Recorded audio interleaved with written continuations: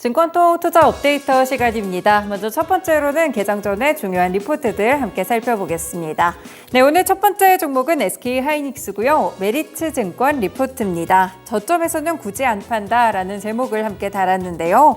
일단 4분기에는 지난해 4분기 기준이죠. 영업손실 2,420억 원 정도가 예상되고 있습니다. 그래도 확실히 지난 3분기보다는 적자폭을 많이 축소한 모습으로 예상이 되고 있고요. 출하 제한 전략이 중장기적으로 긍정적으로 보이고 있습니다. 모바일 수요에 대한 회복이 구체화되는 가운데 높은 가격에 재고를 처리할 수 있을 것으로 보이는데요. 특히나 올해 1분기부터는 DDR5 그리고 HBM을 중심으로 우호적인 계약들이 쏟아질 것으로 관측하고 있습니다. 올해 2분기에는 메모리 판가 상승도 가속화되는 구간인데요. 지금 낸드 사업부에서 반등이 나타나고 있죠. 분기별 30%의 가파른 판가 인상이 예상되고 메모리 시황에 대한 회복 시나리오는 여전히 유효하다고 함께 평가하고 있습니다. 이에 따라서 SK하이닉스 오늘 목표 주가는 무려 18만 5천 원까지 상향 조정했습니다.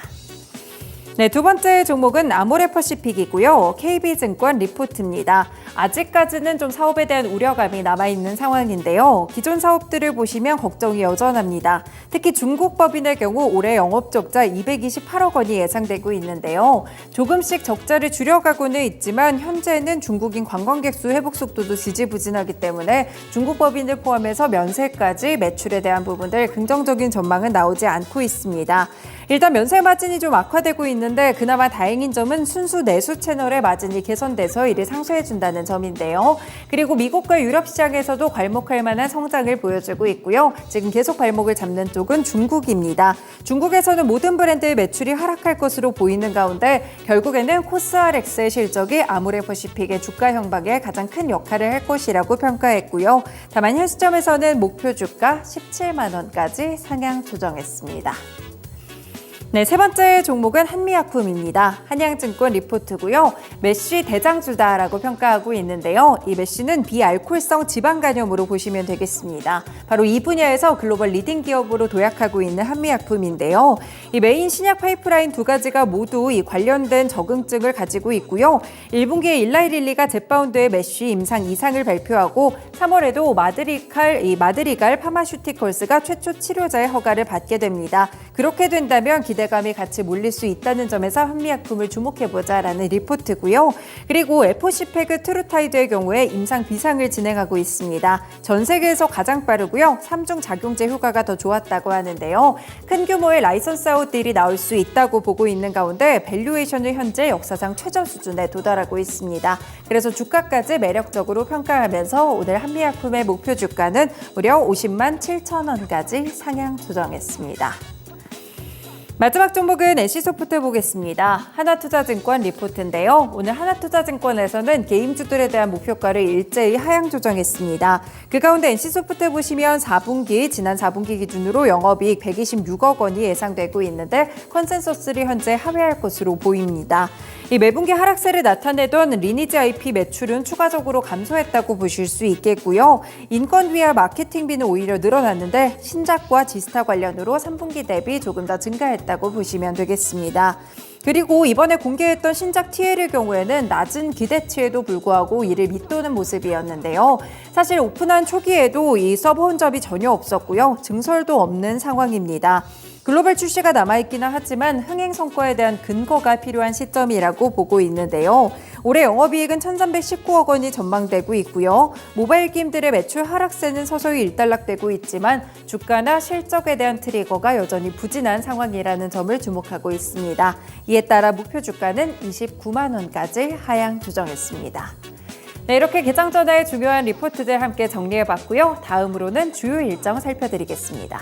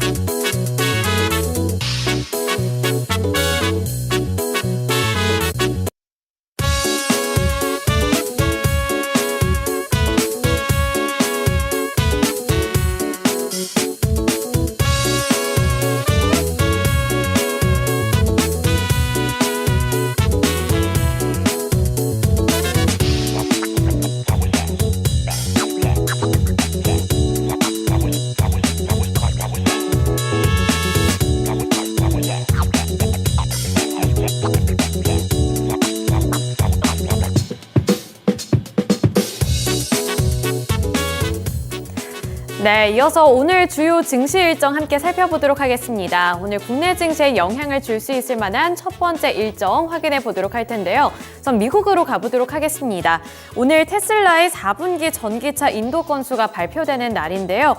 현지 시간으로 1월 2일에 발표가 될 예정입니다. 그러니까 우리나라 시간으로 봤을 때는 오늘 밤중에 발표가 될 예정인데 2023년 4분기에 인도 건수가 발표가 되는데요. 현재까지 알려진 바로는 분기 최대 인도량을 달성할 것으로 전망이 되고 있습니다.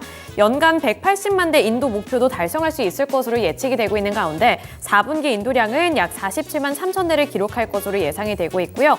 지난 2분기에 기록했던 최대치 46만 6,140대를 뛰어넘는 수치라고 보시면 되겠습니다. 이 전기차와 관련해서 수요 부진에 대한 우려감이 잠시 동안 또 떠올랐던 때가 있는데요.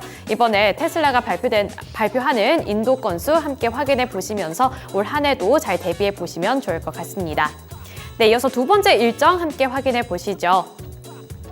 두 번째 일정으로는 삼성전자와 관련되어 있는 일정입니다. 삼성전자가 갤럭시 북4 시리즈를 출시하는데요. AI 서비스를 지원하는 최신 프로세서를 탑재한 최신 노트북이라고 보시면 되겠습니다. 이 갤럭시 북4에는 시스템 온칩에 자체적으로 NPU를 탑재한 첫 칩이라고 전해지고 있는 상황인데요. AR PC의 흥행과 후속 보도에 따라서 온디바이스 AI 관련 종목들의 슈팅이 다시 한번 나올 수 있을지 여부도 체크해 보시면 좋을 것 같고요. 관련 종목으로는 온디바이스 AI 관련 종목들, AI 반도체 종목군들 확인해 보시면 되겠습니다. 네, 이어서 세 번째 일정 확인해 보겠습니다. 오늘이 바로 그날입니다. 포스코 DX가 코스닥에서 이제 코스피로 이전 상장을 하는 날인데요. 이와 관련해서 오늘 이슈 체킹해 보시면 좋을 것 같고요. 마지막 일정도 함께 확인해 보시죠.